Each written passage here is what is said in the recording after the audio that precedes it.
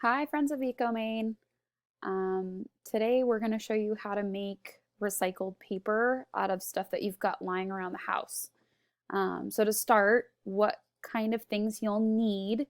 The first thing you're going to need is a blender.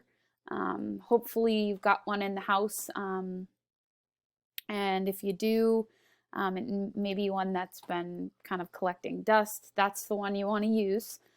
Paper has ink and stuff in it, especially if you're getting paper that's got lots of writing on it.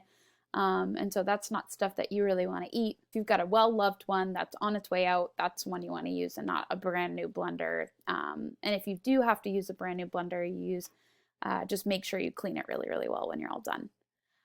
You're definitely going to need some old paper. So this could be shredded paper if you have a shredder at home. You can rip up an old piece of junk mail. You can even rip up sheets of construction paper and add in a little bit of color and fun to your pages. You're definitely going to also need some water. Making new paper from old paper requires old paper and water to make pulp. And then everything that you add from there on out is kind of extra. So you definitely need some water. We'll show you just how much you need in just a minute. You're also going to want to have some screens so that you can kind of expel all of the water. You want nice dry paper when you're all done, not wet, soggy paper. So screens, we'll show you what that looks like in a little bit. But just know that it's okay to improvise. Your stuff might not look the same as our stuff, and that's totally fine. You're also going to want a waterproof container. So we used a little Rubbermaid tote bin, but you're welcome to use whatever you've got lying around the house, or if you're going to do this outside, you don't necessarily need to use a bucket or a waterproof container to contain all of the water when you're done, but it's good to have. And then last thing you're going to want is a piece of cardboard or a sturdy place to dry your paper. It's going to need to sit out for at least 24 hours, especially with good weather. It's been drying really, really fast. But you're going to need a nice place where it's not going to, get, flopped over onto the ground or anything like that while you're drying. And if you're ready, we'll get started.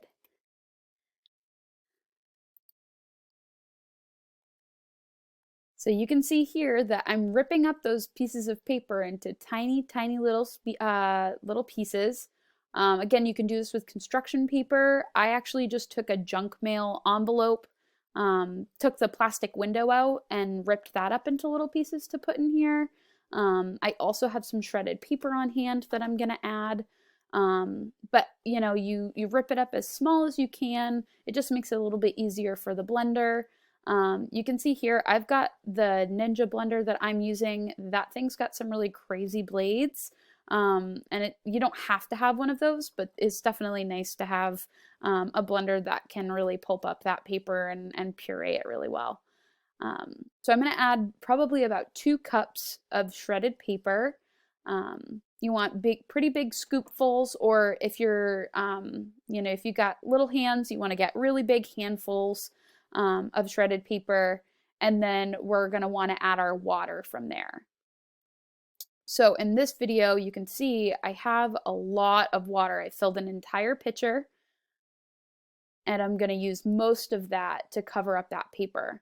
And you can kind of see here, this one's not quite full, so I'm going to add some more, and there we go. So we've got plenty of water there now. So it's going to give that pulp everything that it needs and let it blend without clogging the blender. And then I'm going to close that top, make sure it's on there nice and sturdy. And this is the part where you can add in that color. So I'm going to use food coloring since I don't have any construction paper, just to show you what it's going to look like. If you have food coloring at home but no construction paper, you're welcome to use that too. Yeah, just a couple of different examples. If you're feeling really creative and you wanted to add some other natural things in there, you can also add seeds to your paper and actually make seed paper. So when you're, giving this as like a card to your grandma or somebody in your family, maybe Mother's Day, getting ready to prepare for Mother's Day. You could make a seed card, and then when they're all done, you know, using that card, they can rip the pieces into little bits, and they can actually plant them, and they can become flowers, which would be really cool. So right, you can see here, I'm going to blend up that pulp really well. I want my paper and that water to look kind of like soggy oatmeal by the time it's done. Not quite ready yet. So I'm going to secure that lid really nicely. And it's really important here that you have a grown-up's help when you're doing this activity. For my older friends, you might not need an adult to watch you and help you use the blenders, but for some of my friends in elementary school, it's really important. Those blades can be very sharp, and we want to keep your fingers safe. So it looks like my pulp is done. And the next step is actually turning it into paper.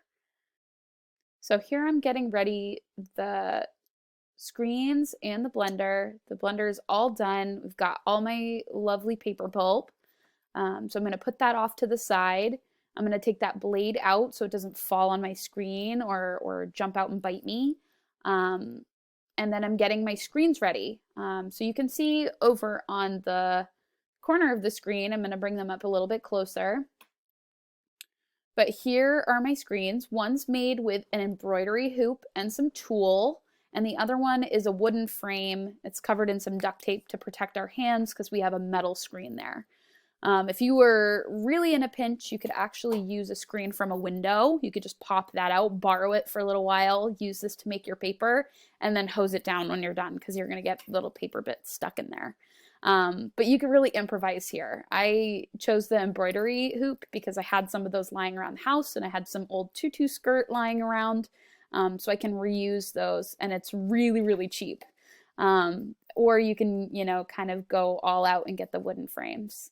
And right now I'm holding the base of that screen really well. I've got my hand kind of opened up all the way on the bottom like I'm holding a pizza. And then I'm using my other hand to kind of squish down on that paper pulp and push out all the water. So I want to push that really well until it's nice and dry. We don't want wet, soggy paper when we're done. We want beautiful, dry paper. So anytime I'm squeezing, if I'm getting droplets out of my hands, I know it's not quite dry enough. So we push as much as we can out, and that's why I've got that bucket there to catch all that water. And you can see that water is really colorful because of all the food coloring. And then after that one's done, I'm going to work on the square mold as well. And you can choose whatever shape you want. You can try to mold it with your hands.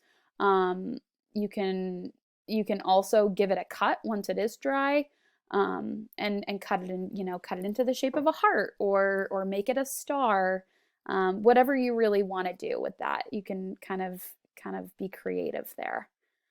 So as I'm pushing all of that stuff out, I'm just making sure it's getting nice and dry. I'm protecting my hands by holding them nice and flat. And I don't want to rip my paper either, so you got to be really careful when I pick my hand back up after I've been finished squishing, so that I don't rip the paper while it's wet and fragile. So it's almost done.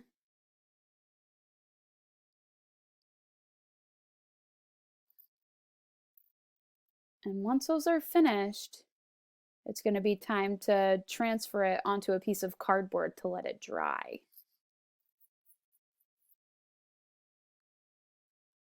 And look at all that water in the bottom that I just pushed out. And so if you have any leftovers, they can plug in any holes. You can see here I had some leftover pulp. So I'm just going to pour that over the screen. It's going to fill in any holes or gaps that I had in that piece of paper. And I'm going to do the same thing. I'm just going to squeeze out all that water and get it nice and ready.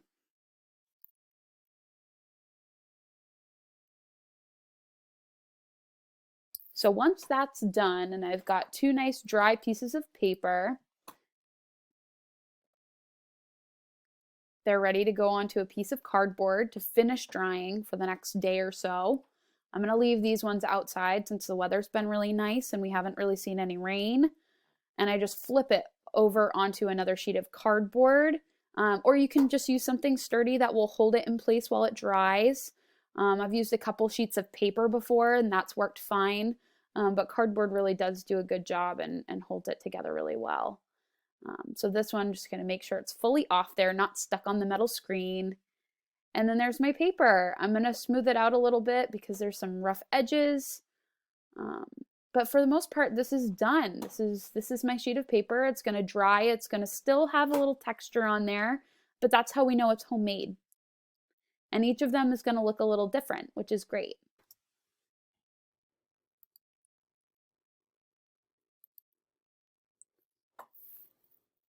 And once you've finished and it's dried, this is what the final product looks like.